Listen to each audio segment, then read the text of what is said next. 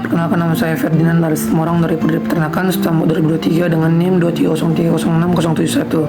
Di sini saya akan menjelaskan tentang proses sintesis kuning telur, putih telur, dan juga proses sintesis rabang telur dengan mata kuliah produksi ternak unggas. Jadi di sini saya akan memulai dengan proses sintesis yolk ataupun sintesis kuning telur. Teman-teman bisa melihat skema ataupun tahapan yang berada pada gambar yang sudah saya gambar ini. Nah, teman-teman saya akan menjelaskan dimulai dari pituitary. Teman-teman, bahwasanya pituitary ini merupakan hormon yang terdapat di bawah otak, dan pituitary ini menghasilkan dua hormon, teman-teman, yaitu gonadotropins dan juga estrogen. Nah, di estrogen ini akan menyuruh liver di mana ataupun hati di mana kerjanya ini akan mensintesis protein yang terdapat di nukleus, teman-teman.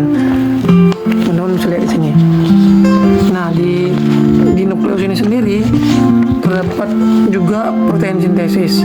Nah, sekedar info teman-teman, mungkin untuk yolk ini terdiri dari asam amino, fosfor, kalsium, dan lipid. Nah, di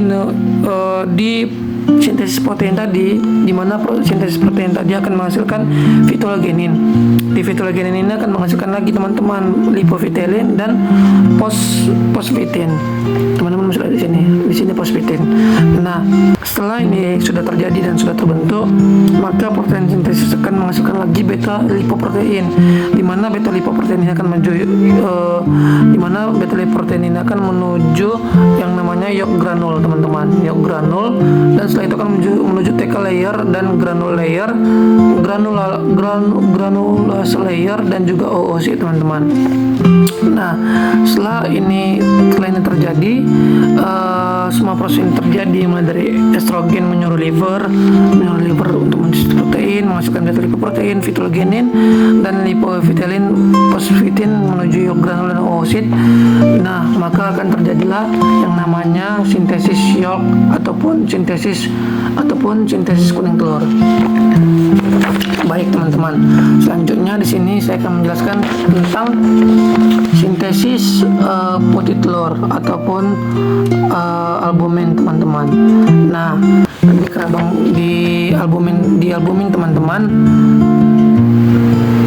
akan terjadi menjelaskan bahwasanya di albumin ini prosesnya terjadi di magnum selama 3 jam, di mana di sintesis putih telur ini akan dibantu oleh steroid dan salah satunya yaitu estrogen ini, teman-teman, ataupun molekul estrogen tanpa lemak. Nah, larut dalam lemak maksudnya. Dan setelah itu molekul estrogen ataupun yang larut dalam lemak ini akan masuk ke dalam membran sel target. Nah, ini, teman-teman, membran sel target. Nah, setelah itu di sini juga akan terjadi bahwasanya molekul estrogen akan menghasilkan setelah masuk ke dalam membran sel target akan menghasilkan reseptor estrogen, teman-teman, ataupun estropilin 1 atau yang disebut juga 4S. Nah, di estropilin 1 ini akan membentuk lagi yang namanya kompleks reseptor estrogen aktif ataupun juga 4S, teman-teman. Nah, setelah yang dua ini terbentuk ataupun terjadi ataupun dihasilkan, maka akan menghasilkan lagi yang namanya 5S ataupun kompleks reseptor estrogen aktif atau yang disebut juga estropilin 2. Nah, setelah yang dua ini sudah terbentuk, teman-teman, maka akan masuk ke dalam nukleus. Nah, di nukleus ini 5S tadi akan ditambahkan kromosom yang akan menghasilkan mRNA, teman-teman. Nah, setelah terbentuknya mRNA tadi, maka mRNA tadi akan keluar dari nukleus ini, teman-teman. Akan keluar dari nukleus ini dan akan menuju ribosom, di mana di ribosom ini akan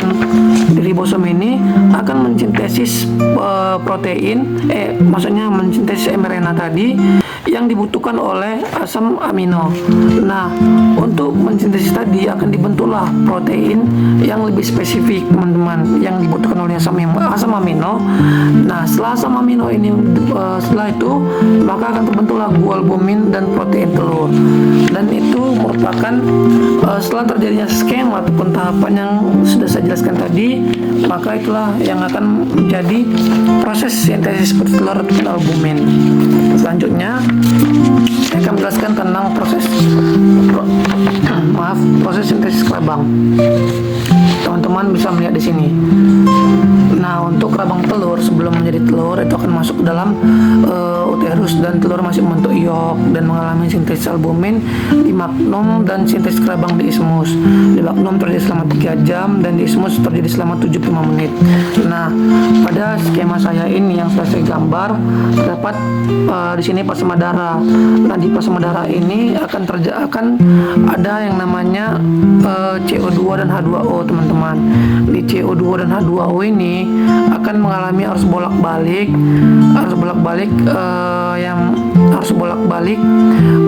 antara CO2 dan H2O. Nah, setelah terjadinya proses CO2 dan H2O ini setelah mengalami arus bolak-balik akan menghasilkan yang namanya H2CO3, teman-teman. Nah, di H2CO3 ini pada saat terjadinya proses arus bolak-balik tentunya dibantu oleh enzim, yaitu enzim karbonik anhidrase. Nah, di HCO3- ini tadi di H2CO3 ini tadi, teman-teman, akan menghasilkan lagi yang namanya HCO3-. Kenapa bisa min? Dikarenakan H positif yang pada H2CO3 ini sudah keluar, teman-teman, dan akan membentuk HCO3. Nah, setelah HCO3- ini terbentuk, maka akan terbentuklah HCO3 ini juga akan melepaskan H+ pada kelenjar kerabang dan akan masuk ke dalam cairan kelenjar kerabang menjadi 2H+, teman-teman, di plasma darah. Ini di plasma darah ataupun buffered atau by HCO3-. Dan juga setelah itu pada plasma darah akan ada kalsium 2 positif. Nah, di kalsium 2 positif ini akan masuk ke dalam mukosa sel kelenjar kerabang ataupun Ca2 positif.